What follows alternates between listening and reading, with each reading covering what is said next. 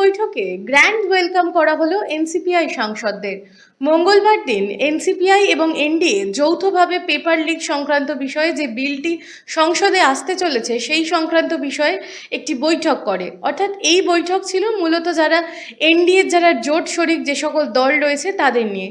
এই বৈঠকেই কিন্তু প্রথমবারের জন্য দেখা গেল এনসিপিআই সাংসদদের তাদেরকে এসে জয়েন করতে। অর্থাৎ এনসিপিআই নামই এতদিন জানতো না, সেই এনসিপিআই কিন্তু হঠাৎ করে চর্চায় চলে এসেছে। এই এনসিপিআই ছিল একটি আঞ্চলিক দল, সেই দল হঠাৎ কেন এত চর্চায় রয়েছে? কারণ এই এনসিপিআইতে গিয়ে যোগদান করেছেন বিক্ষিপ্ত তৃণমূলের 20 জন সাংসদ।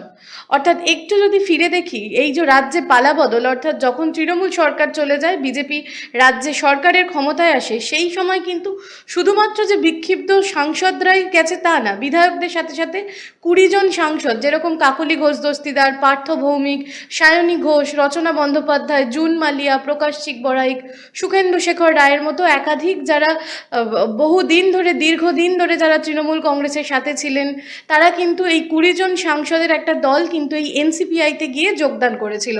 তারপর থেকেই চর্চায় ছিল এই এনসিপিআই। এইবার সরাসরিভাবে এনসিপিআইকে দেখা গেল বিজেপি সমর্থিত যে এনডিএ সরকার রয়েছে, সেই সমস্ত এনডিএ সরকারের যে বৈঠক, সেই বৈঠকে যোগদান করতে। মঙ্গলবার দিন সংসদে যখন এই বৈঠক চলছিল, সেই বৈঠকেই কিন্তু যোগদান করেছিলেন কাকলি ঘোষ দস্তিদার। উল্লেখ্য একটু বলে রাখি, কাকলি ঘোষ দস্তিদার কিন্তু তৃণমূল কংগ্রেসের চিফ হুইপের দায়িত্বও সামলেছেন লোকসভা নন্দরে। অর্থাৎ এই কাকলি ঘোষ দস্তিদারকেই এবার দেখা গেল প্রথম সারিতে। যে ভিডিও প্রকাশ্যে এসেছে সেখানে দেখা যাচ্ছে বৈঠক চলাকালীন নরেন্দ্র মোদী, অমিত শাহ, রাজনাথ সিং, জেপি নাড্ডার সাথে একই সাথে প্রথম সারিতে বসে রয়েছেন কাকলি ঘোষ দস্তিদার। দ্বিতীয় সারিতেই রয়েছেন জুন মালিয়া, সায়নী ঘোষ, রচনা বন্দ্যোপাধ্যায়ের মতো একাধিক নেতৃত্ব, অর্থাৎ একাধিক সাংসদরা কিন্তু দ্বিতীয় সারিতেই রয়েছিলেন। এছাড়াও দেখা গেল যে তারা কিন্তু এই আলোচনায় যথেষ্ট সদর্থক উত্তরই দিয়েছেন। তারা যখন বৈঠক শেষে বেরিয়ে যখন তারা প্রেস বিবৃতি বা অথবা সাংবাদিকদের প্রশ্নের উত্তর দিচ্ছিলেন, সে সময় কিন্তু তারা যথেষ্ট সদর্থক কথাই জানিয়েছে।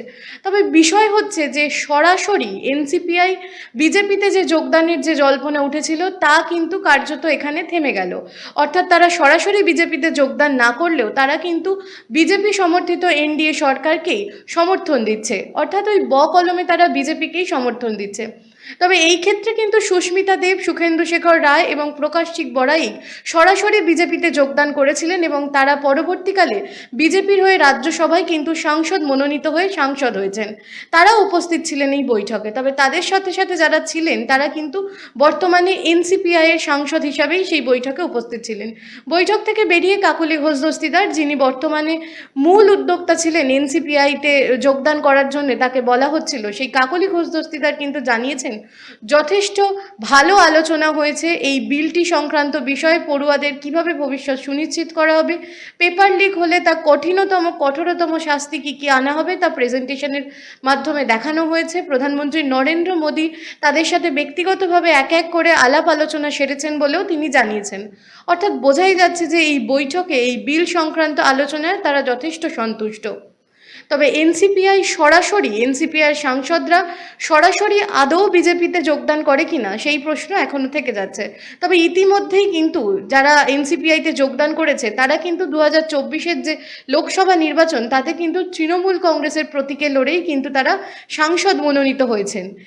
এই দাবি জানিয়ে অভিষেক বন্দ্যোপাধ্যায় কিন্তু ইতিমধ্যেই স্পিকার ওম বিড়লার কাছে গিয়ে একটি চিঠি দিয়েছেন যে তাদের যারা আর কি তৃণমূলের সাংসদ ছিল তারা বর্তমানে এনসিপিআইয়ের সাংসদ, তারা যেহেতু তৃণমূলের টিকিটে লড়ে সাংসদ হয়েছে, তাতে যাতে যে সকল 20 জন বিক্ষুব্ধ সাংসদ রয়েছে তাদের যাতে সেই সদস্য পদ খারিজ করে দেওয়া হয়। তবে এই ক্ষেত্রে ওম বিড়লা কিন্তু এনসিপিআইতে যোগদানের পরে তৃণমূলের যে 20 জন সাংসদ রয়েছে তাদের কিন্তু ভিন্ন বসার ব্যবস্থা করেছিল। তবে অভিষেক বন্দ্যোপাধ্যায় যে অভিযোগ তুলেছে সেই অভিযোগের ভিত্তিতে যে 20 জন তৃণমূলের সাংসদ যারা দলত্যাগী হয়ে এনসিপিআইতে গেলেন তাদের সদস্যপদ বহাল থাকে কিনা এখন নজর থাকবে সেদিকেই।